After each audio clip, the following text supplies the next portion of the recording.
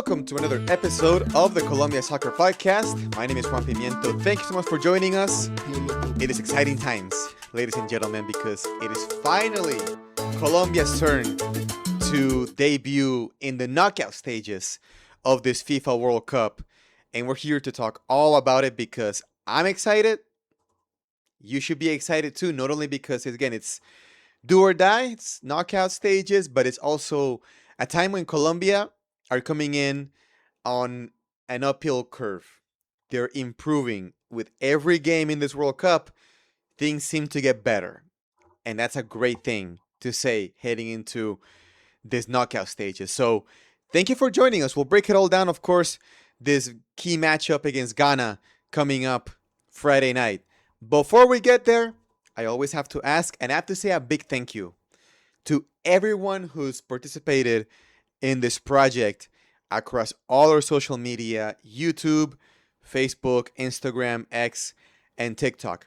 Thank you to all the hundreds of people who've watched our videos on YouTube, like this one. YouTube has been the home for all the previews and the post-game analysis, so thank you for everybody who's watched our content. Make sure to like our page, make sure to like our videos, make sure to subscribe as well so you don't miss a single thing. Turn on the notifications so as soon as I upload all the videos, you get notified and you don't miss a single thing, especially now that we're in the knockout stages. So we're going to have a lot of content for you during the World Cup, hopefully, as Colombia make a deep run. Also, thank you for everybody who on Facebook has watched our videos, our reels, and our live streams. Remember, Facebook is the exclusive home for now of all our post-game live streams. Minutes after the game ends, I'll be live on Facebook. It'll happen again tonight after Colombia face Ghana. Win or lose, hopefully win, but win or lose, I'll be here with you on Facebook. So after the game, head over to our Facebook, the Colombian Soccer Show, for the live recap, for commentary, and for your comments as well. Either way, I want everybody to participate and make sure again to like our page. To everybody who's commented, watched, shared, liked, saved our reels on Instagram and TikTok, thank you so much.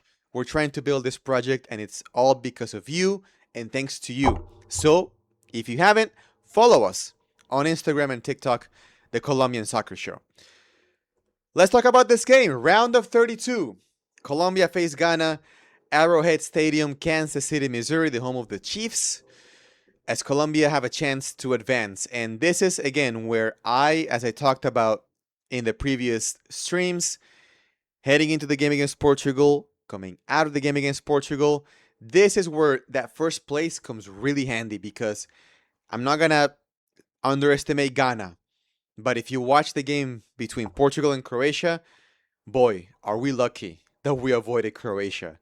Because that was a great game, and Croatia lost, of course, but it wasn't because of lack of effort, and they gave Portugal plenty of trouble during the game. So this is a chance for Colombia to really make a run and go back at least, hopefully, if you look at the bracket, at least to a quarterfinal, because that's the benchmark. I talked about it after the draw against Portugal.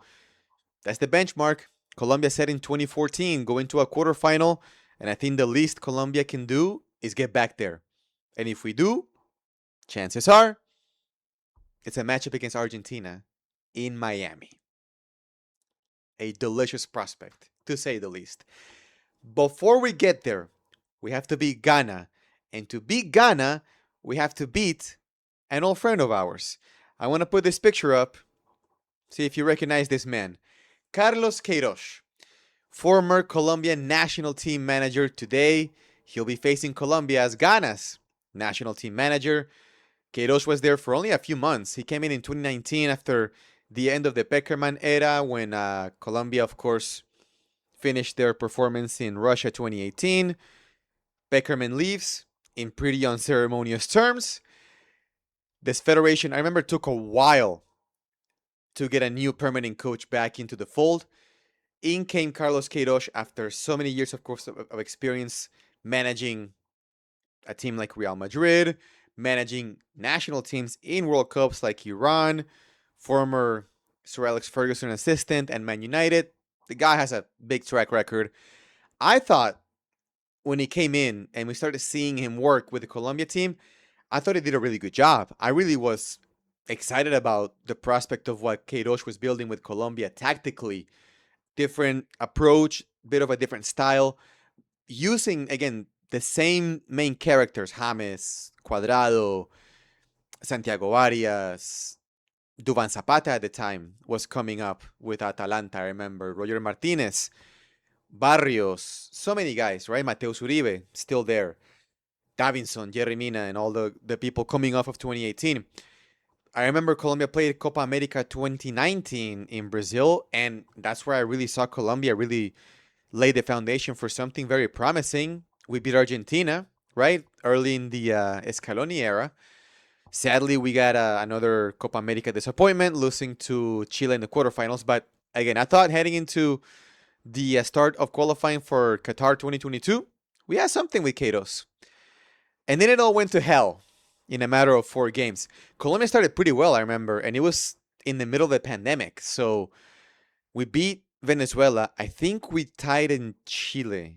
I think it was. You guys will correct me in the comments if I'm misremembering. But basically, what did Queiroz in was, I think, was the next set of games. Uruguay came to Barranquilla and destroyed Colombia 3-0. It was bad. And then Colombia go to Quito, and it gets even worse because then Ecuador destroyed Colombia 6-1. Probably the most embarrassing loss that I can remember for Colombia. I mean, there's been a few.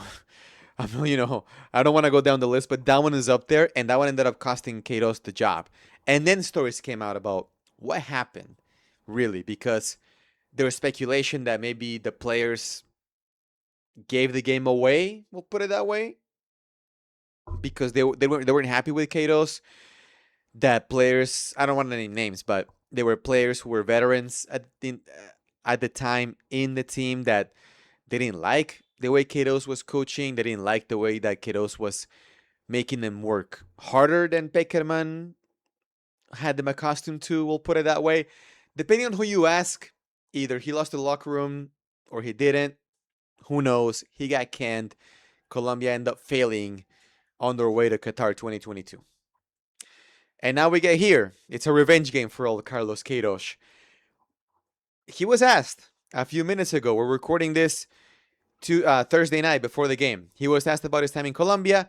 He took the high road, right? He said he enjoyed his time there during the pandemic and anything, the players. He didn't hold any grudges.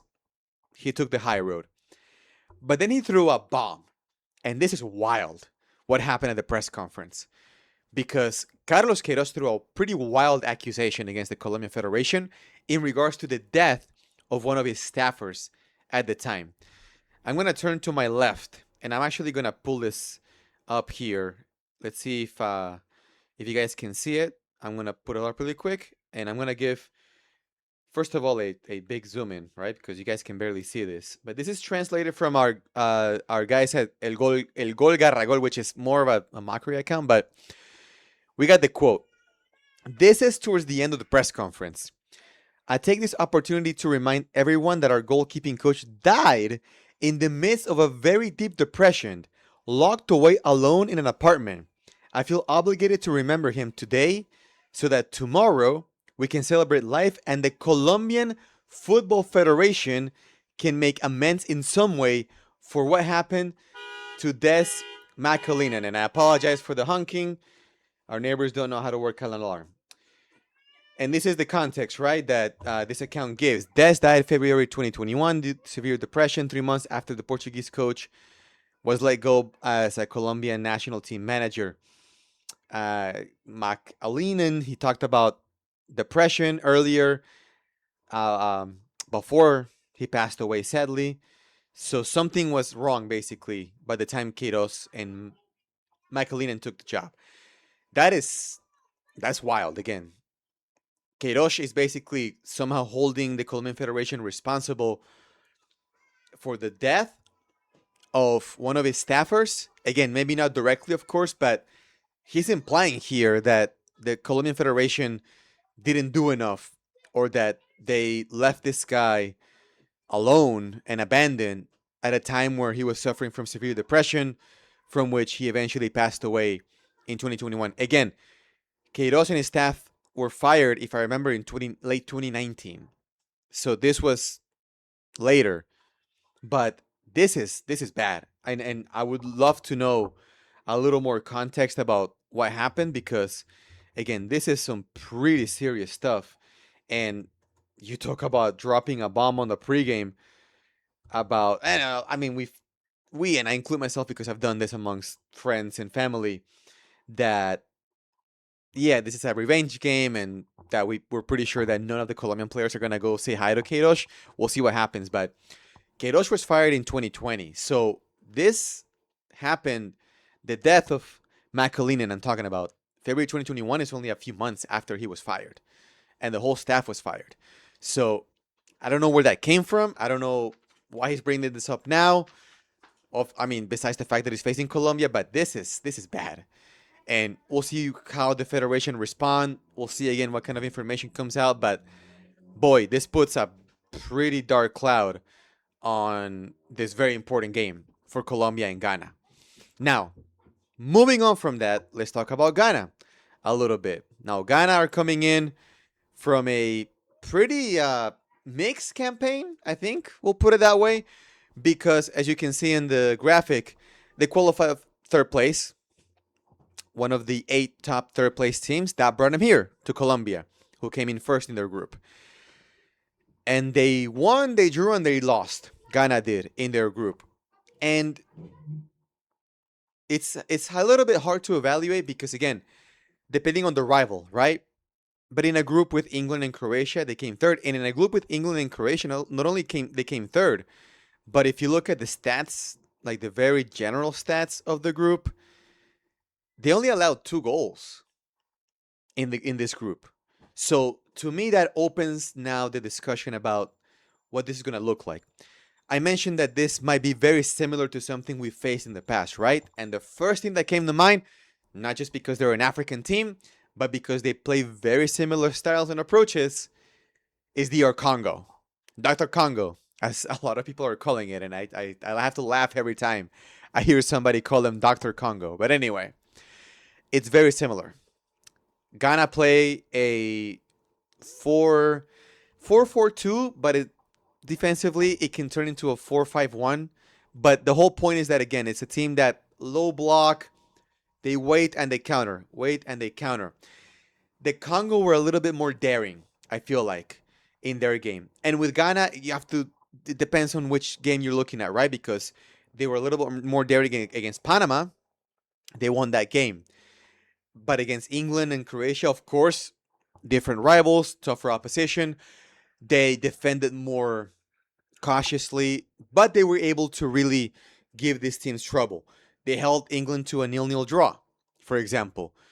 And that talks about how good of a defense they can be. Whereas the Congo, I feel like they had their vulnerabilities, right? And I talk about the Congo, a team that took England also to the brink of elimination in the round of 32.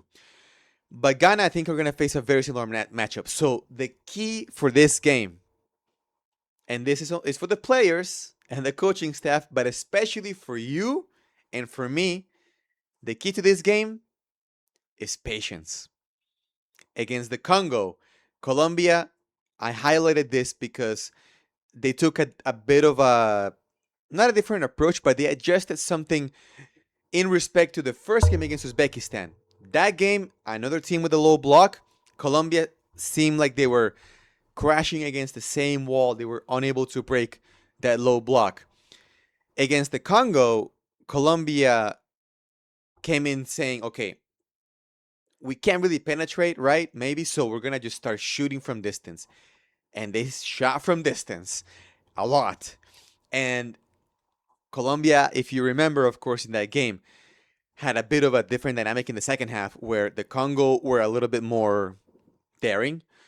And on the counter, Colombia were able to get him. Let's not forget, Colombia had 3 goals disallowed against the Congo. 2 of them on the counter. So that, to me, might be the direction of the game, because we know that Colombia are not a team that is going to have possession the whole 90 minutes. They're not going to be pinning the opposition against their own box against their own goal for 90 minutes. Colombia have a tendency to have these periods of time where they give the ball up. What's Ghana gonna do with the ball? We'll see, because it's not like Ghana are a team to really hold possession.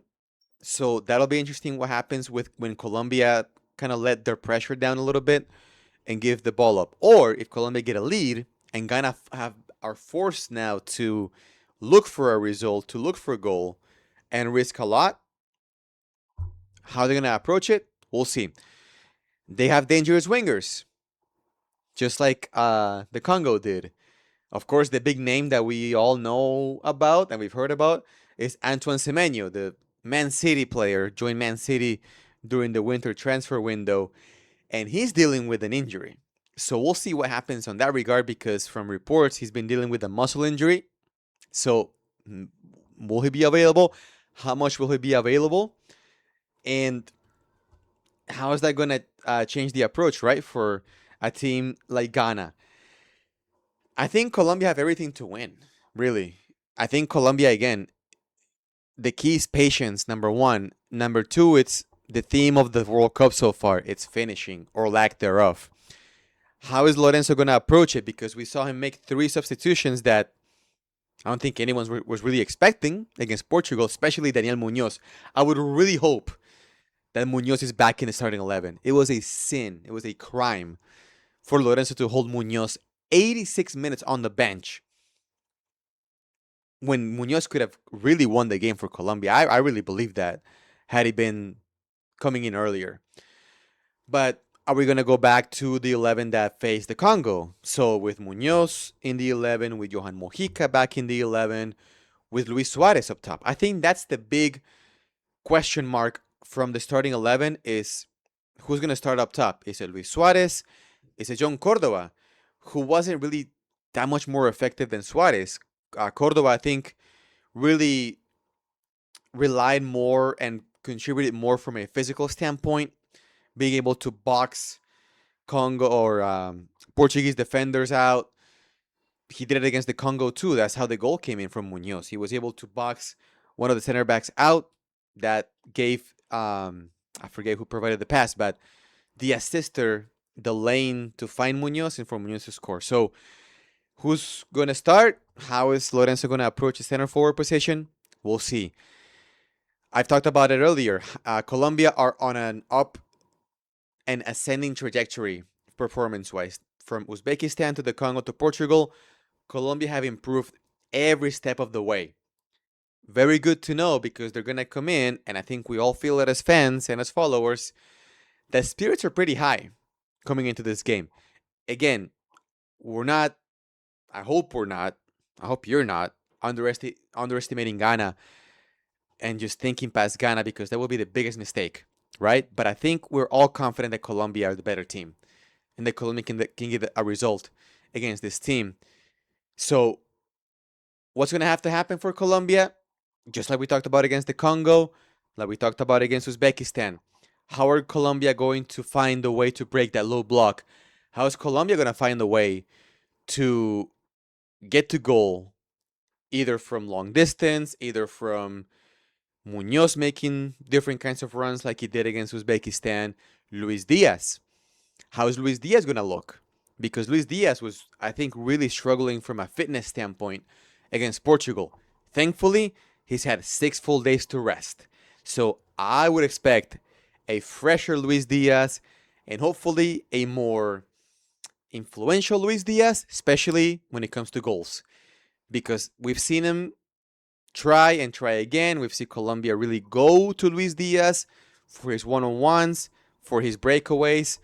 But sadly, Luis Diaz, he scored against Uzbekistan, and ever since, hasn't had the luck.